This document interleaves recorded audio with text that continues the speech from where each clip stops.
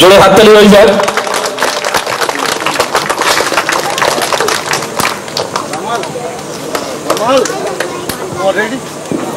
আচ্ছা, ওনাকে আর আমরা বেশিক্ষণ ওয়েট করাবো না। চেয়ারগুলো খালি ধরো, সব সব সাইড থেকে সরে যেতে বলো। নমস্কার।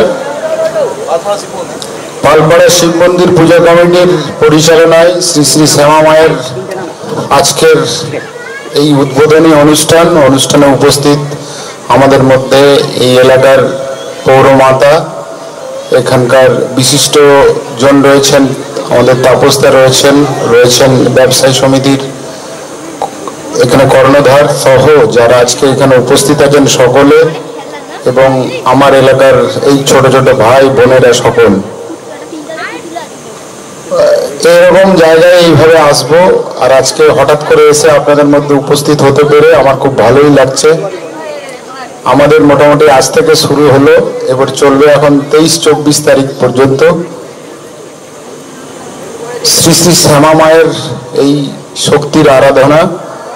আমি শুধু একটা অনুরোধ সকলকে করে যাব যে এই সময়টা সকলে খুব সাবধানে থাকবেন, বিশেষত যারা বাচ্চা আছে তাদেরকে খুব সাবধানে রাখবেন, এবং যেগুলো আমাদের মহামান্য আদালত থেকে শুরু করে প্রশাসনের তরফ থেকে পশ্চিমবঙ্গ পর্ষদের যে সমস্ত নিয়মাদি আছে, সেক্ষেত্রে যেমন ধরুন প্রথমে বাজি, তারপরে বক্স সাউন্ড, এই ব্যাপারটা নিয়ে আপনারা সবাই সতর্ক থাকবেন, ভালো করে মায়ের পুজো করবেন।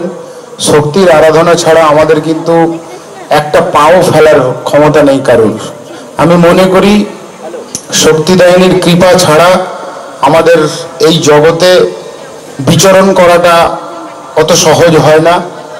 আমি ব্যক্তিগত জায়গা থেকে বলছি যে আপনারা যারা আজকে এই ব্রতীতে সবাই মিলে এখানে একত্র হয়ে এটা করছেন, এটাকে খুব গুরুত্ব সহকারে করবেন।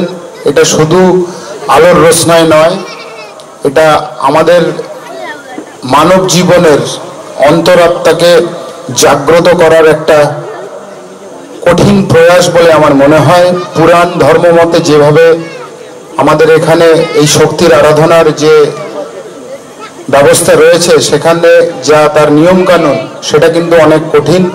সেটাকে আরো সহজভাবে আমাদের এখন বর্তমানে আমরা এটা করি। কিন্তু আমি একটা কথাই বলবো যে মা শক্তিদায়িনী কৃপা না করলে সৃষ্টি স্থিতি বিনাশানং যিনি করেন, তিনি আমাদের কাছে যখন স্থিতি প্রলয়টা যখন বন্ধ করেন, তখন তাকে আমরা শ্যামার কালী রূপে আমরা আরাধনা করি।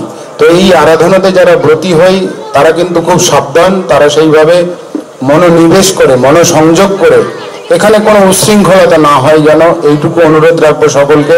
সেটা সবাই মিলে সামিল হয়ে মানুষের পাশে থেকে মানুষের সাহায্যের জায়গাটাকে ঠিক রেখে সবাই যাতে মায়ের এই আরাধনায় ব্রতী হতে পারেন, সেইটুকু কামনা করে মায়ের পায়ে প্রণাম জানিয়ে আমার বক্তব্য শেষ করছি। নমস্কার।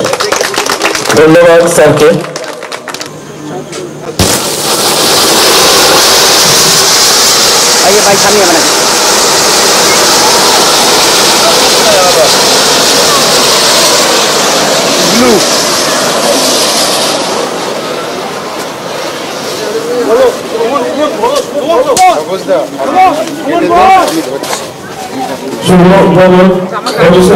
করবেন না, 3-4টে চ্যানেলে চলবে কিন্তু আমার ছবিটা।